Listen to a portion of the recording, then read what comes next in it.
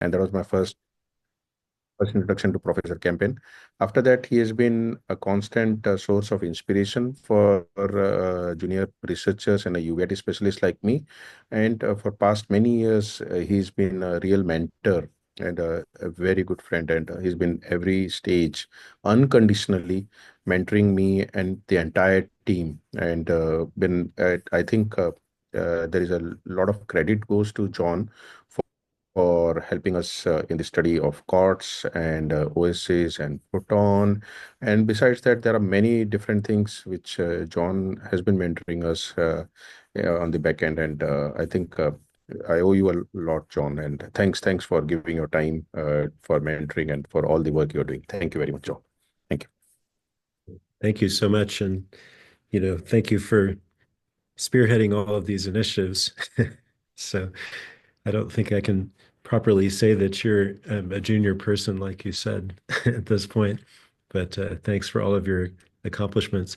I recorded the talk because I'm speaking from Addis Ababa, and so um, let's go ahead and play the talk, and that way it's not going to be interrupted by the poor internet here.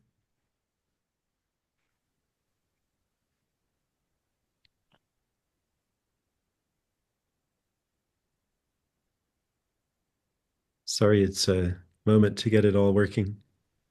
Hello, I'd like to thank Rupesh and all of the Proton Group for inviting me to speak today. I'm going to talk about safety, of evaluating the safety of immunosuppressive drugs in the context of ocular inflammation. I have these disclosures. So the main question is immunosuppression actually safe, or at least safer than alternatives? And this was a issue that I was quite concerned about at the beginning of my career because we were always telling people it was safe, but we didn't have a lot to point to about that. So let me just talk for a few minutes about how you would approach such a question.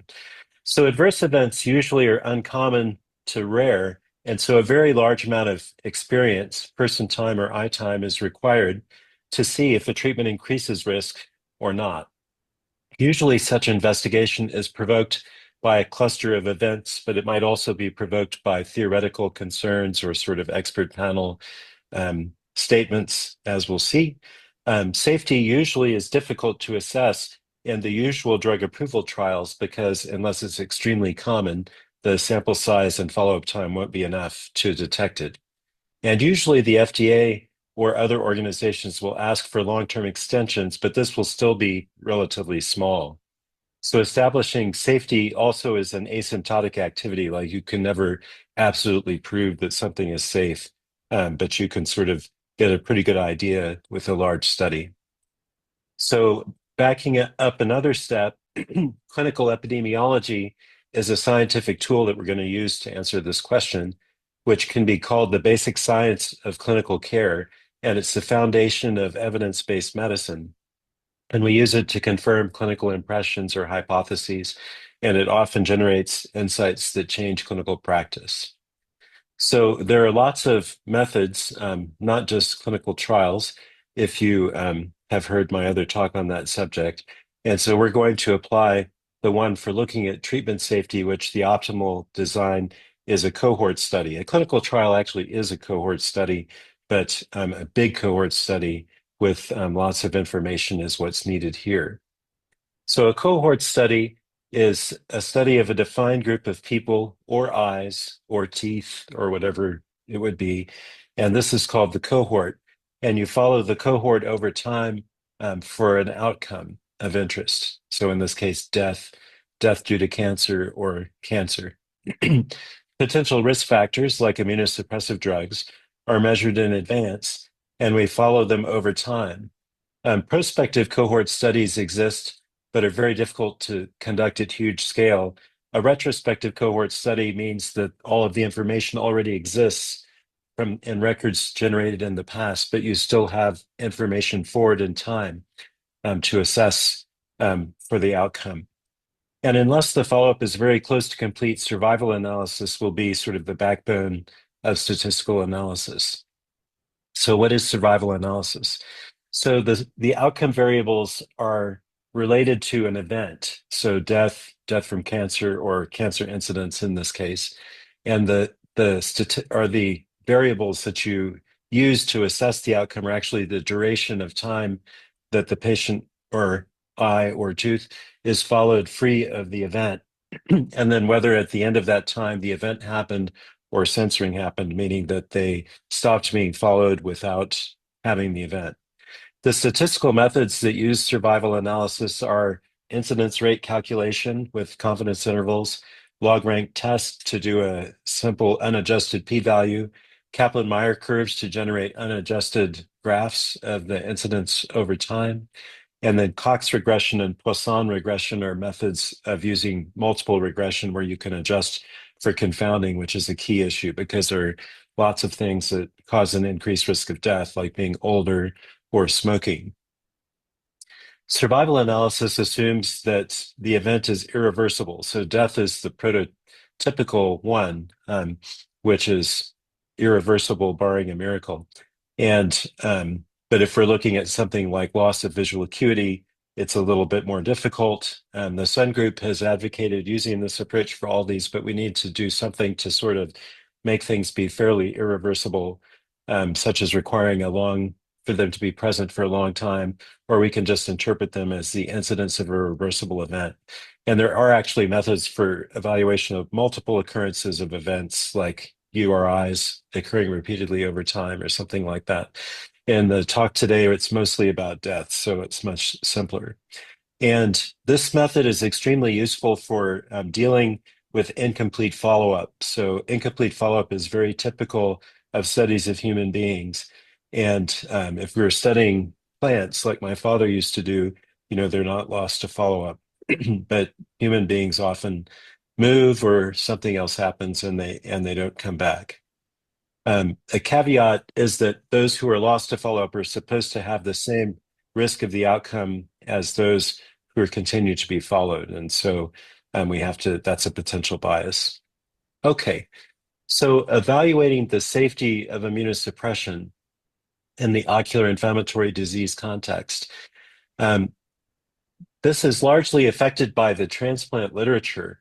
And there's this august agency called the International Agency for Research on Cancer, IARC, I think they're in Switzerland, but maybe France, has explicitly designated that several of the drugs that we use are explicitly carcinogenic to humans, including cyclosporin, azathioprine, chlorambucil, and cyclophosphamide. And this is largely based on transplant situation where people will be on immunosuppression lifelong or nearly lifelong. And so this is the website. If you want to take a photo, you can look at this. However, in contrast, the general rheumatology picture supports safety of these agents. And in rheumatology, you may not use the agent as long. And this was kind of a big issue raised with our latest site publications that we're sort of using it in their mind for a relatively short time. And we do use it, much shorter than in transplant. So um, this is a summary about a review about safety in the transplant literature, of which there are many. Uh-oh, there we go. Okay, so immunosuppression for us plays a key role in preventing blindness from eye inflammation, but concern about these potential adverse effects like cancer is limited uptake, and it's always something that takes a lot of chair time to work through. And so the primary goal of our study, the site cohort study that we got funded and began in 2004, so 20 years ago, is to evaluate the long-term safety of these treatments more thoroughly. And so these are our three primary publications about this topic. This was the first one, which I'll review briefly, and then the current ones, which sort of supplant this one with additional follow-up time. So the first one, or I'm sorry, before I get into the results, the design of this study is it's a retrospective cohort study. There are 5 main US clinical centers, which were sort of pioneers of using immunosuppression and also had sort of a rheumatological approach, sort of more on the rheumatology end of the spectrum of managing uveitis. And then my center that I eventually started at Penn and left in 2015. we added additional ancillary centers to get more TNF inhibitor data in the Site 2 phase. And there are other centers that we're beginning to tap for other studies that we haven't published yet. The primary exposures are the use of the drugs of interest, so TNF inhibitors, antimetabolites, T cell inhibitors, and alkylators. And the primary outcomes are overall and cancer mortality, and I should add cancer here.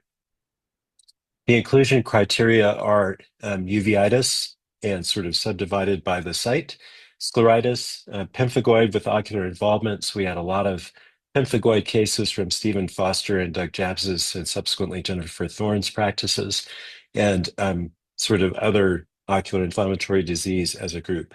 And they had to present to one of the centers that we were using data from during the study period. They were excluded if they had infectious ocular inflammation, although if they had regular non-infectious ocular inflammation and then later developed an infectious complication, they would be included. If they were HIV infected, they would be excluded, especially the Wilmer Center had a lot of HIV patients, which is a whole different scenario for mortality, especially in the old days.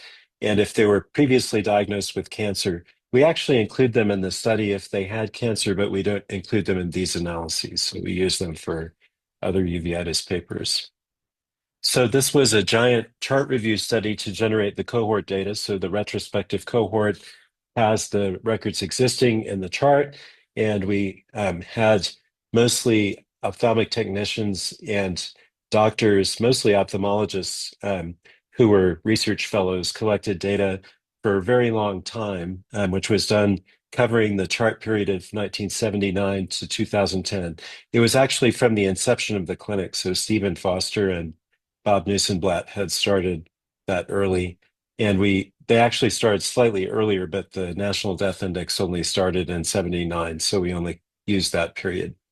We had a protocol to ensure quality, and it was a uniform protocol across centers, and I was doing quality assurance site visits and virtual site visits to ensure that. We did it ethically, and we collected data about every patient at every visit, including use of immunosuppressants.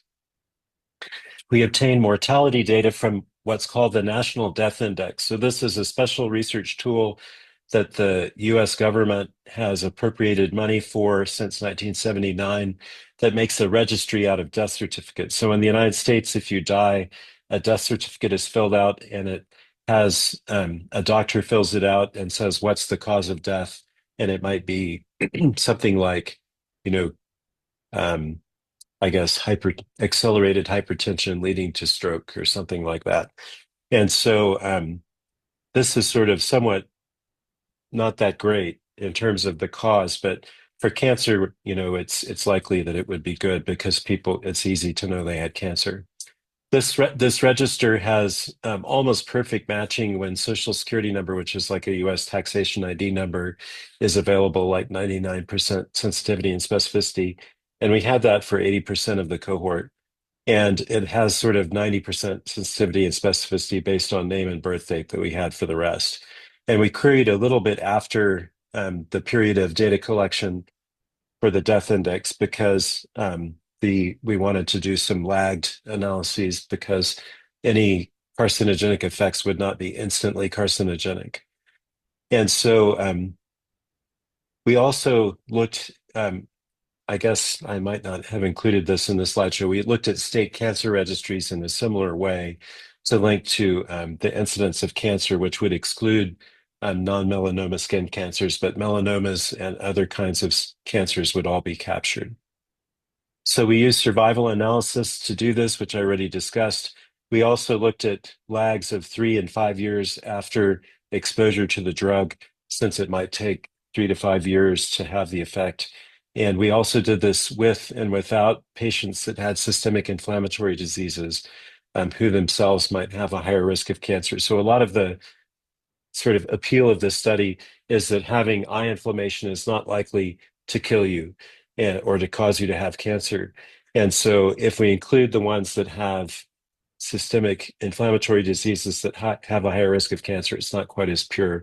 So we kind of do it with and without, because without sort of makes it more generalizable to other centers and more pure, but with has benefits too, because like the immunosuppressive drugs might reduce the risk of death and cancer in patients with rheumatological disease. And, when we treat patients, some of them have systemic inflammatory disease. So we sort of want to know it both ways. We adjusted for these potential confounders that were based on the 5-year lag model, and we did it uniformly across all the models. In essence, we created a Cox model for every single drug or class of drugs at 0, 3, and 5-year lag. So it's quite a computational adventure.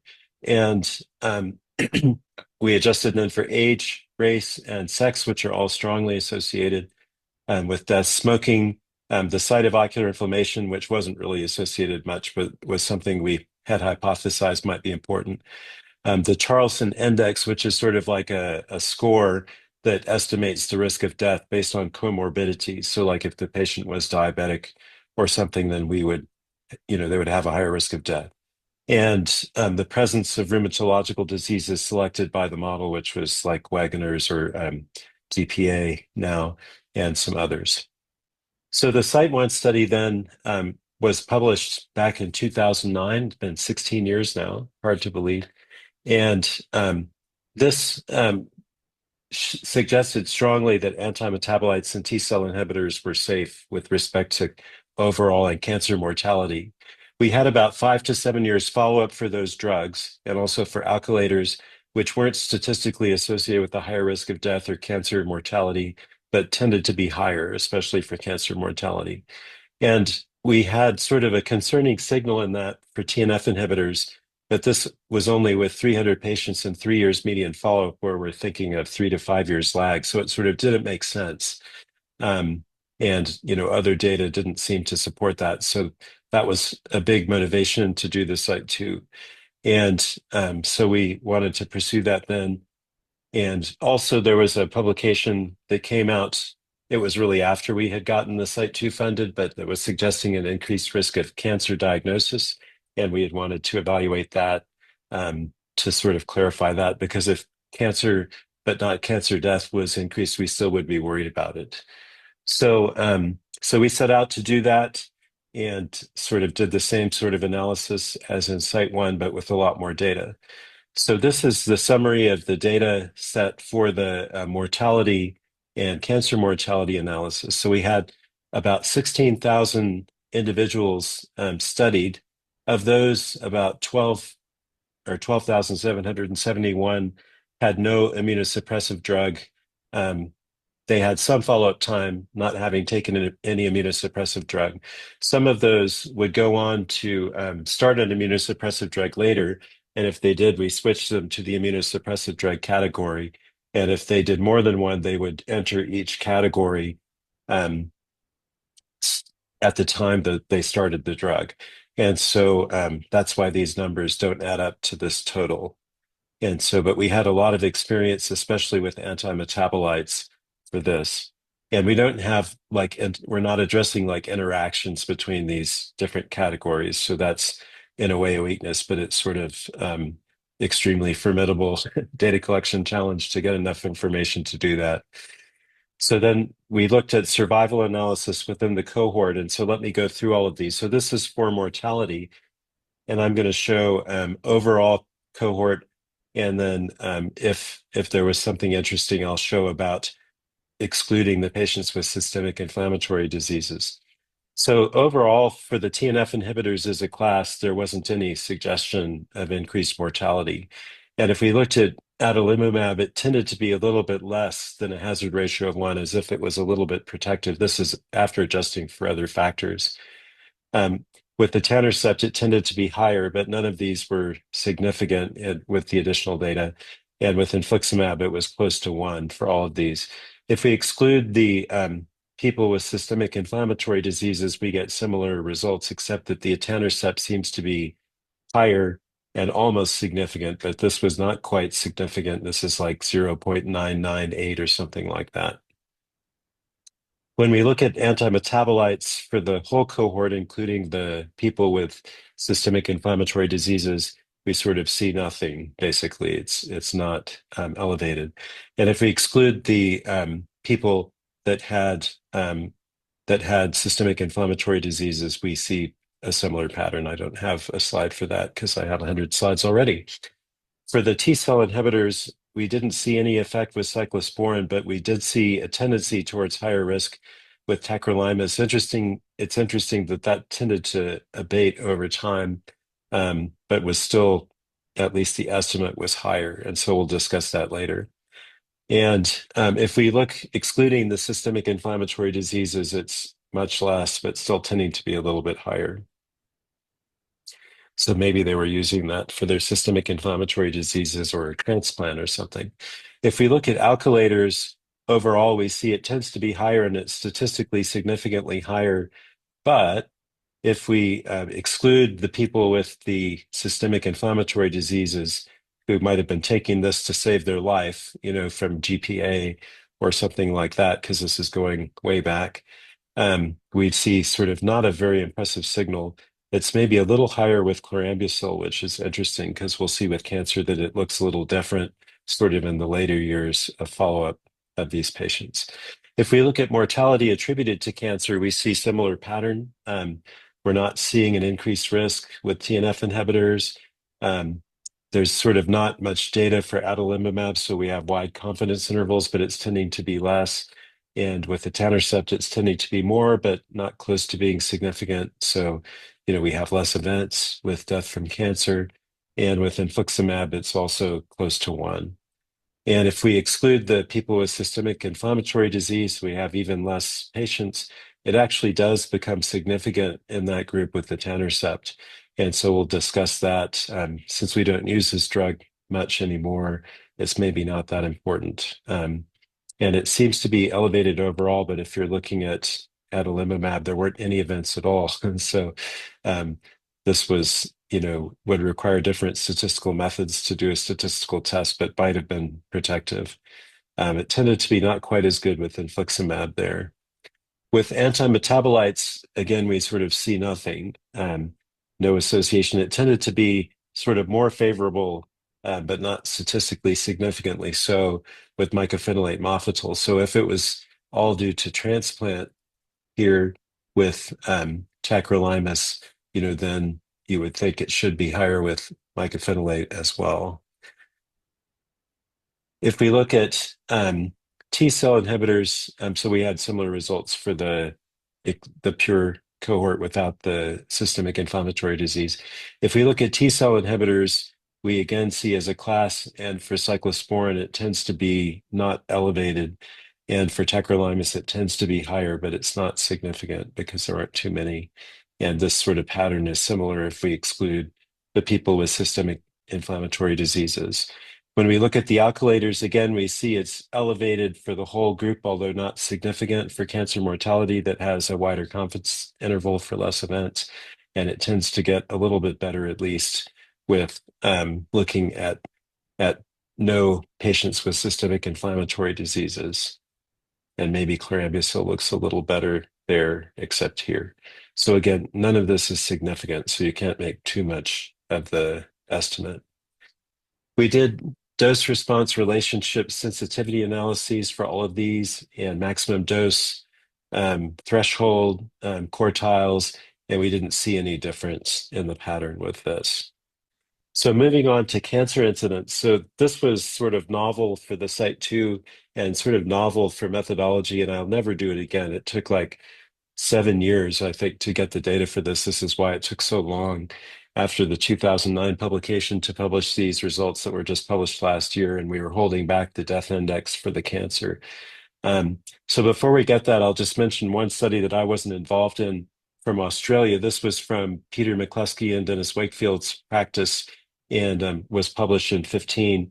And so they called up their patients basically, or else asked them at their last visit if they had developed cancer. And they counted all immunosuppressive drugs together. And so they tended to see a higher risk in the first malignancy analysis and just sort of any malignancy analysis. So I think this would include people that might have had a malignancy before the follow-up.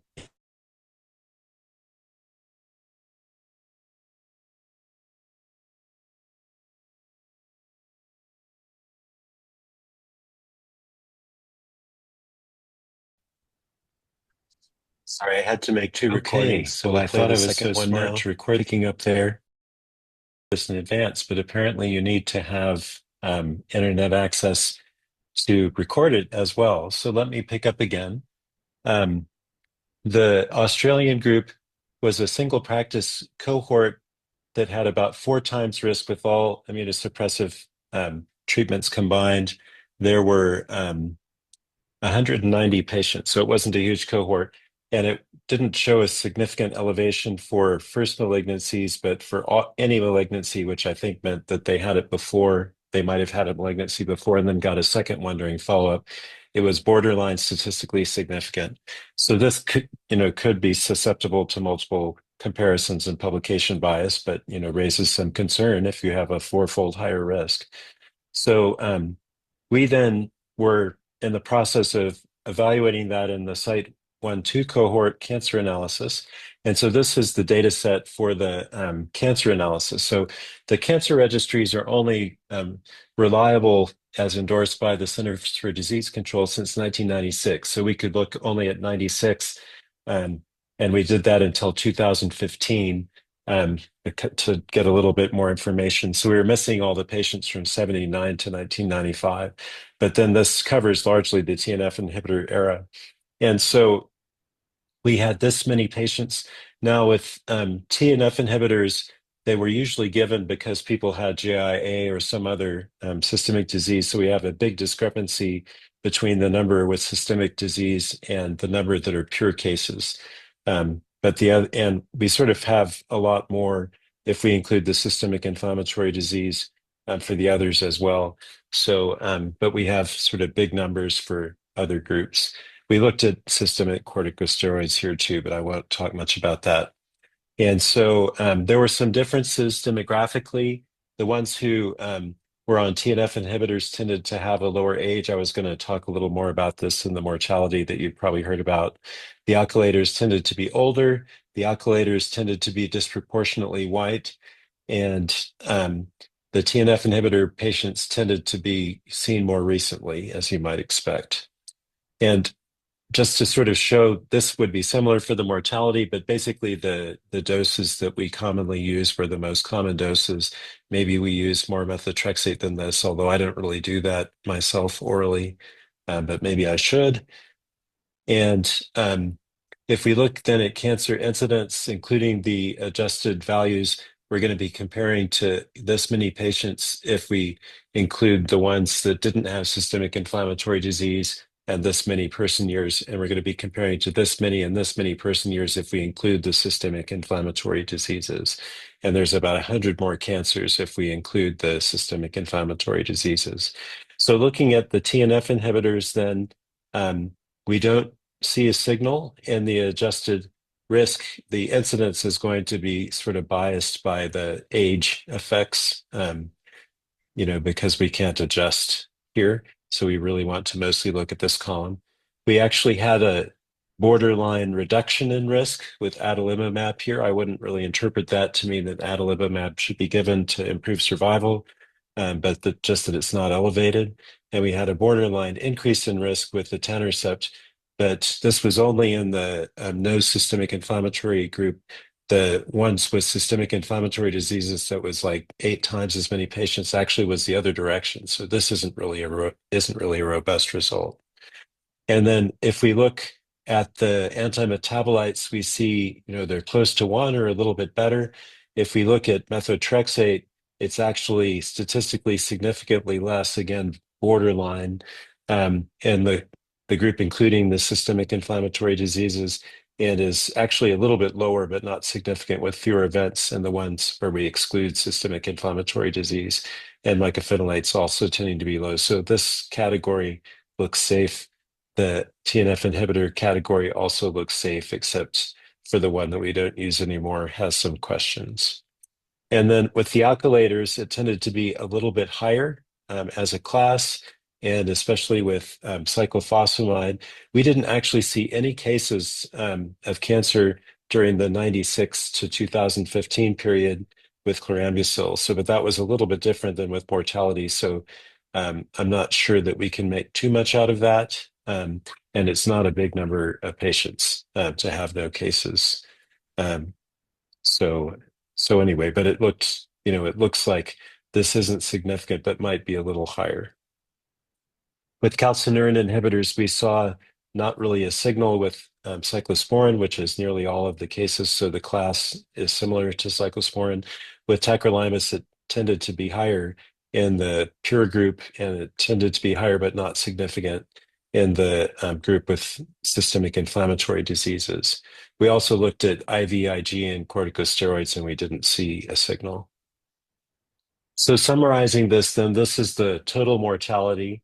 And so if we look here, only the tacrolimus in the or in the all patients group, and this one, the top in the squares are the all patients, is significant, and it's not significant and overlapping quite a bit for the purer group. And then the alkylators as a class in the all patients group is higher. Again, this might be affected by people that are taking it to save their life from severe systemic inflammatory disease, because it goes down closer to 1 in the purer group. And chlorambucil, we do have events, and it's not less than 1. With cancer mortality, it's sort of similar, but nothing is quite statistically significant there, with no, a smaller number of events. And looking at cancer, we're seeing, again, that the TNF inhibitors that we use look favorable. The antimetabolites all look favorable. The calcineurin or the cyclosporin looks favorable. And the alkylators tend to be, close to 1, but a little bit higher. So this is all, I think, quite reassuring for TNFs and antimetabolites in particular, and cyclosporin. In the cancer analysis, we also looked at just some particular categories of interest that have been putatively caused by immunosuppression, so bladder, or else by the treatment. So bladder cancer was mostly provoked by a risk associated with cyclophosphamide, hematologic malignancies, melanoma, and squamous cell carcinomas. And so for the TNF inhibitor group, we didn't see any of those elevated. In fact, they tended to be less, if anything. And for the antimetabolites, likewise, and this is with pretty big numbers, we're not seeing a signal for any of these. Again, it's not a huge number of events, but these hazard ratios aren't very big, and most of them are less than 1. With the alkylators, we tended to see higher bladder cancer with them, probably driven by cyclophosphamide, not quite statistically significant after adjusting for the other factors, which is the more reliable one. And with squamous cell, it tended to be a little higher, but not close to being statistically significant. And then with calcineurin inhibitors, so we were doing the same analysis for every class. We actually saw a statistically significant association here for bladder cancer. I suspect that's sort of a multiple comparisons issue. It's not like we have a lot of cases, but anyway, the confidence interval should account for that.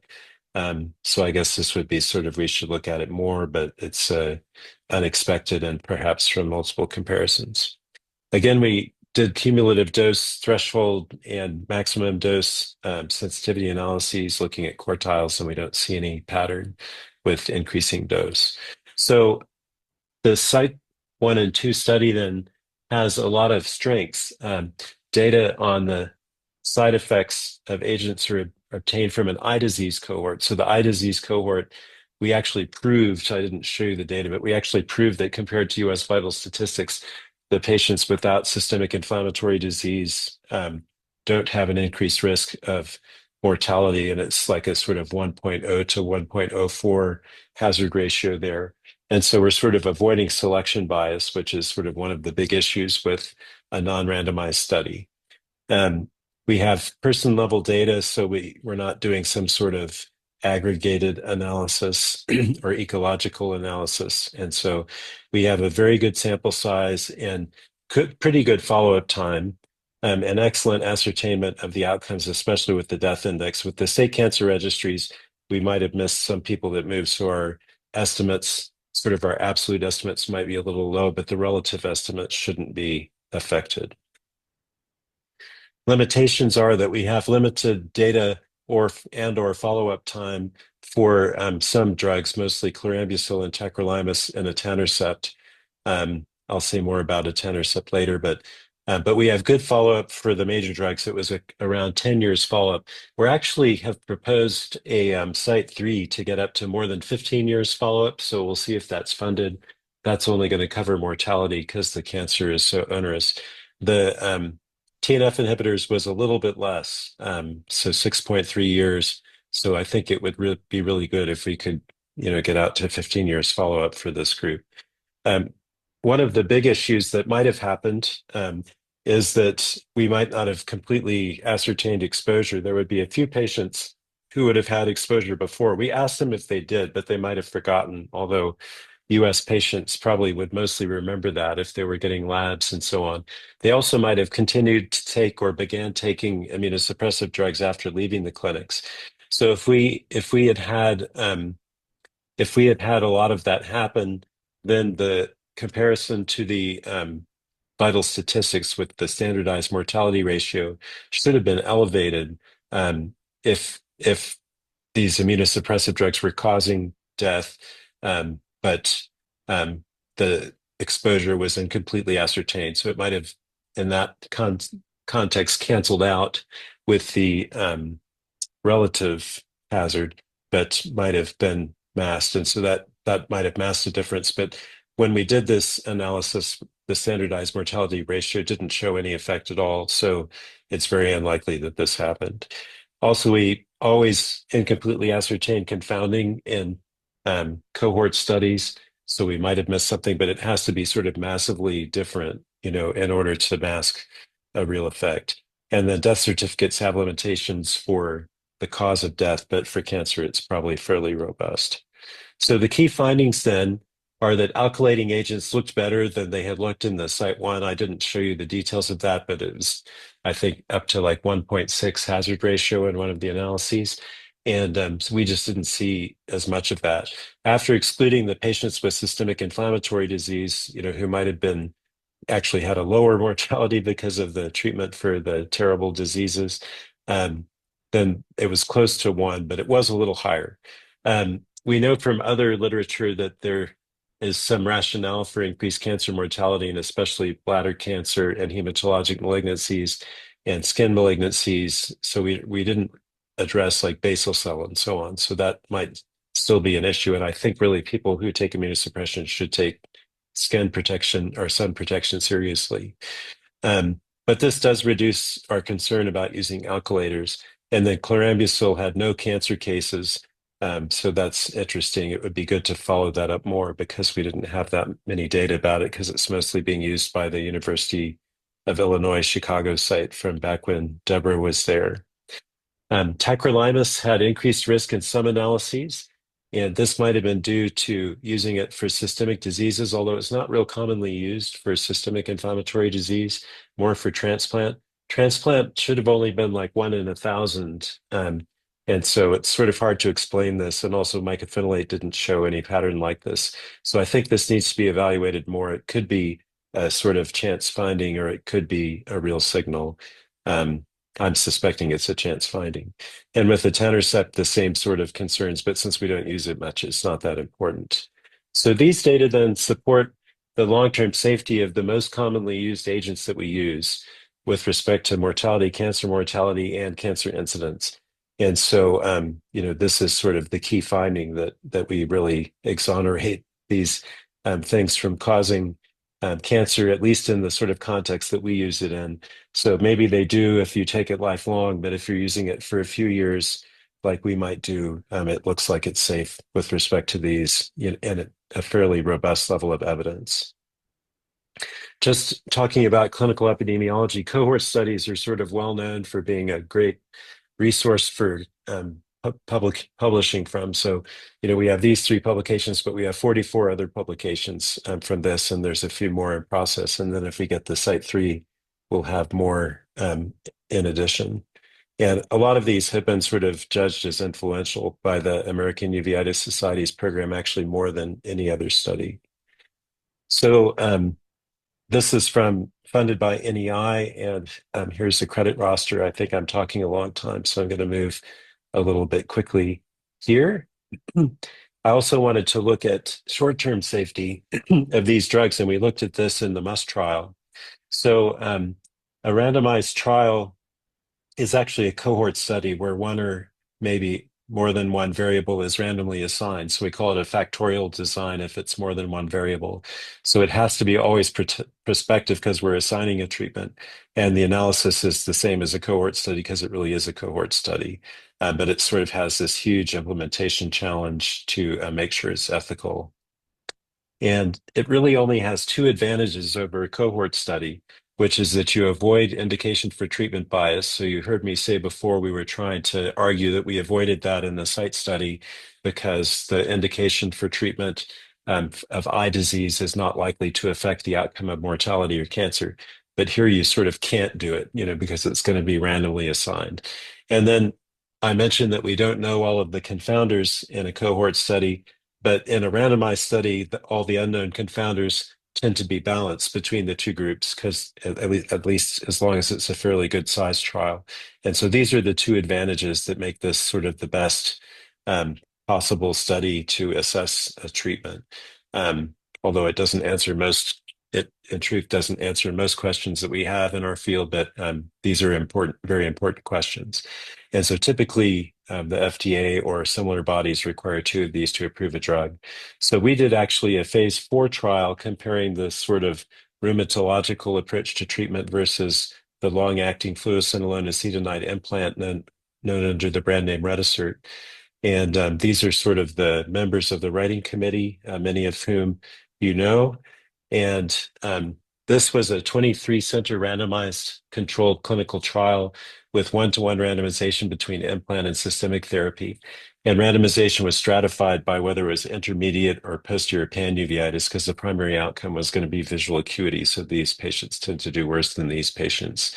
And also randomized by clinical center, which is a positive design thing. They were followed up sort of more frequently at first, but at least semi-annually. And then after the 2-year report, the sort of primary randomized trial continued, I guess, for 5 years. And so patients for 2 to 5 years after randomization. But we got another grant to do a long-term follow-up. And so we followed them through 7 years. These are the eligibility criteria. The exclusion criteria mostly have to do with safety issues. And this was fairly inclusive. And so I think you know about the treatments. We would quiet the eyes before having implant surgery within 28 days and 28 days within the second 28 days for the second eye, and then discontinue systemic treatment and replace the implant when the uveitis reactivates, which we'll come back to that. With the systemic therapy, we sort of followed the principles of the guidelines papers. So using corticosteroids and immunosuppression when indicated, which that ended up being used in 90% of the patients and was mostly methotrexate and mycophenolate mofetil. And then we more or less followed the guidelines paper in monitoring, except it was simplified a little bit. So the consort diagram, we ended up enrolling 479 eyes of 255 patients, and we had about 93 to 94% follow-up through the primary outcome at 2 years. And then for the remaining follow-up, we did lose some, and it was down to 70% follow-up by the end of 7 years. And some were followed for up to 10 years. But in this analysis, I think we only took the first 7 years. And but the characteristics of those seen and not seen were not substantially different. This was sort of a big issue that JAMA raised in publishing this, that we say that, but it really wasn't much difference. And if we look at the adverse outcomes that occur in the eye in these two groups, we can see it's a lot more for IOP, glaucoma, and cataract outcomes for implant and systemic throughout, and it's all strongly significant and threefold or more risk with this. Whereas with the systemic side effects, we didn't really see big differences, and none of them were statistically significant. I think if we made a score where we kind of gave points for all of these, and these tended to be a little bit more in the systemic group, maybe we would have shown a difference, but these are small numbers and not significantly different than implant. Now, this talk's been mostly about immunosuppressive drugs. If we look at the sort of monitoring outcomes, we don't see any statistically significant differences. We see that the biggest difference between groups is with platelets, but that's actually worse in the implant group. And I think it's just random that it tends to be a high hazard ratio. It's not a high p-value. We did see a higher number of infections that were prescribed treatment in the systemic group than in the implant group. And I like to say in my talks about this that if you go to your primary care doctor and you say you have, a cold, then, you might get antibiotics. But if you say that you have a cold and you're taking immunosuppressive drugs and corticosteroids, you're more likely to walk away with a prescription. So I'm not really sure if this is real. And also, it's not very big. And when we looked at hospitalization, it was actually less in the systemic group, although both of them were about the same. And even with weight, we didn't see differences between the groups. So just briefly mentioning the efficacy piece of this, we had a long period where this is like complete absence of inflammation, not so like if there are just a few cells, it would still be active. It's better in the implant group than the systemic group until 5 years, and then it sort of becomes overlapping associated with implant wearing off, basically. So the implant actually lasted much longer than expected. We expected it to only last 36 months. And then that period was associated with a drop in vision of about 1 line by 7 years. So not really a big drop in vision, but it was statistically significant, and you can see it here. These graphs here, box plots, they show the distribution, so you can see it's kind of more, the tail extends more towards the bad vision in the implant group. So from this, then we had concluded that sort of the primary outcome results at the 7-year time point showed a slight advantage for the systemic, which also is much less expensive. At the 2-year time point, they weren't significantly different, but still the systemic was much less expensive. We did the formal cost effectiveness analysis at 3 years, I think, but either one sort of suggests that the systemic is the first line. For this talk, then, it was remarkable that there was such a good safety profile for this, and we had a unique opportunity to look at the effect of systemic therapy prospectively with this, and it was randomized, so there should be avoiding indication for treatment bias. So this then is sort of saying again that our treatments are well tolerated. So there are a number of limitations of this. Especially the last time I gave a talk about this, Quan criticized about that we should have replaced the implants. I've often heard that mentioned.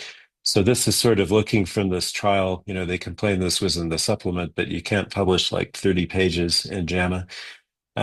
Anyway, this dark blue is that they've had the implant within 3 years, and the light blue is that they have no implant within 3 years. So it took a little while to get it implanted at the beginning, and then some of them weren't replaced.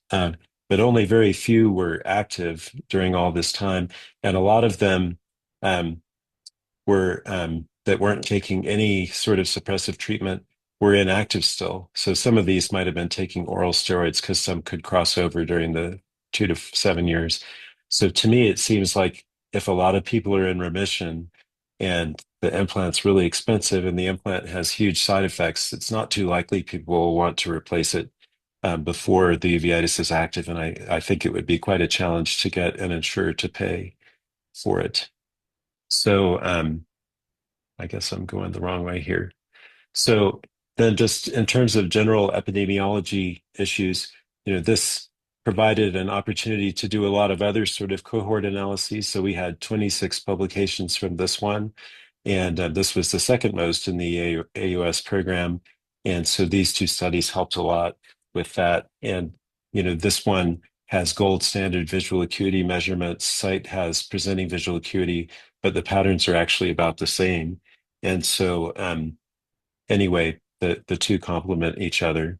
So just in terms of credit for this, Doug Jabs was the study group chair and was at Mount Sinai at the time, but started at Hopkins. And then I was vice chair and the protocol chair for the follow-up study, and I was at Penn at the time.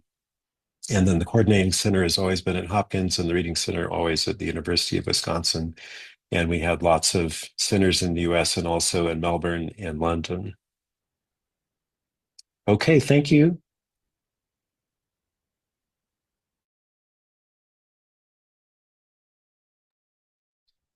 Okay, well, thank you very much. Did you want to speak, William?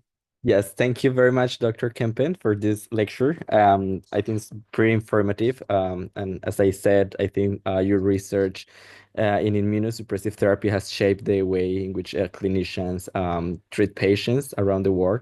So I open the floor for questions. I don't know if people in the audience, you feel free to open the mic and ask any question. And I apologize for the times where the internet was unstable. I'm recording this and all from Ethiopia, so I'll probably be unstable. I'm answering the questions too. I will start with one question, and it's what do you think is like the open questions now in terms of immunosuppressive therapy research? What should researchers focus from now onwards?